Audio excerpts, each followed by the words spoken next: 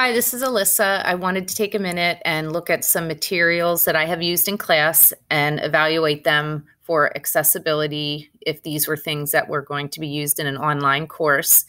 I really learned a lot from the readings. I think, I could look at everything I use and probably find a way to improve it. This is one thing that I used. This is from Teachers Pay Teachers. It was just a fun little doodle notes about radicals, and I used it this year in algebra. And I did find a lot of students had trouble following it. I think in an online setting, it would definitely be hard, especially if a computer was trying to read this, with the font and the graphics. And I also think from a universal design for learning, if we're looking at it from that aspect, it is very distractible. Students who are easily distracted, you can see there's a lot of things to be distracted with. So that's something I would definitely think twice about using, especially if it was online. A second resource that I wanted to evaluate, this was an assignment that I did. It was called Dueling Discounts. I created it in a Google Doc, and I have a title, I have a picture and some directions, and then a chart. And, now that I look at it through that accessibility lens, I think, number one, I would try up here in the title, I would try to use the title or the headings. That's honestly something that I never really have used before. I just change my font and maybe make it bold. So that would definitely be something I would change. The other thing, in the readings, it talked about the text and having some type of alt text that a reader would be able to describe what the picture is about. So I'm not really familiar with that, but that's something that I would add to this. If I couldn't do the alt text, I think I would add a caption to this picture to read, showing two coupons, one with $20 off and one with 20% off. The next thing, looking in terms of the UDL, I think my directions were pretty much written in a paragraph and they weren't very descriptive. I think I would try to bullet these or number them to make sure that students know everything that needs to be done, and someone who is reading it would be able to read through all of the directions before they start.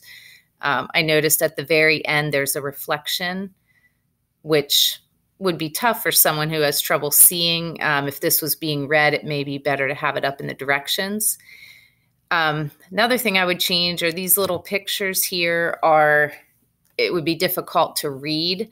So I'm thinking maybe I would just put the price in the box instead of the picture with the price in the box.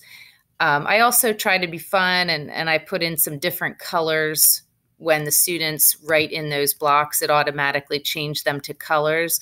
But now reading through the things, I think, especially the highlighting and the colors may be difficult for students to see.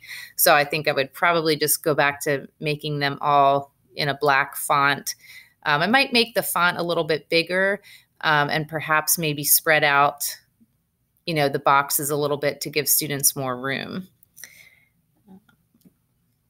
The other thing I would do just to help support students who may be having trouble is maybe show some work here and do the first one for them to get them on track. I had students who had some trouble with this and they did the whole entire assignment wrong. So I think maybe having one example done for them may have been helpful, especially for students who struggle, with the list of steps that they need to take to solve these problems. Okay, and the last one that I wanted to look at, this is a Google Slides that I use just for my daily plans, basically, and students can access these when they are absent. And I think at first, I think I would try to simplify this a little bit. And the table, one of the concerns they talked about was being able to read a table, that they read left to right, and they also read top to bottom. So I'm thinking I might even just simplify this to be a one-column table with a heading and then maybe a numbered list. I think the numbered list is good, but I think maybe I'd try to clean this up so that it would be easier to access if someone was reading it. I definitely would try to use a bigger font. I think if I took out some of the information like this third column, which really that wouldn't apply in an online setting anyway, but I'd have a larger font. The other thing I thought with trying to help students manage, self-management, I really like in our course how we have the checklist. So I was thinking maybe instead of the numbers, I could put a checklist and students could kind of even just even just in their mind check those off to make sure that they've done everything, especially if they were absent.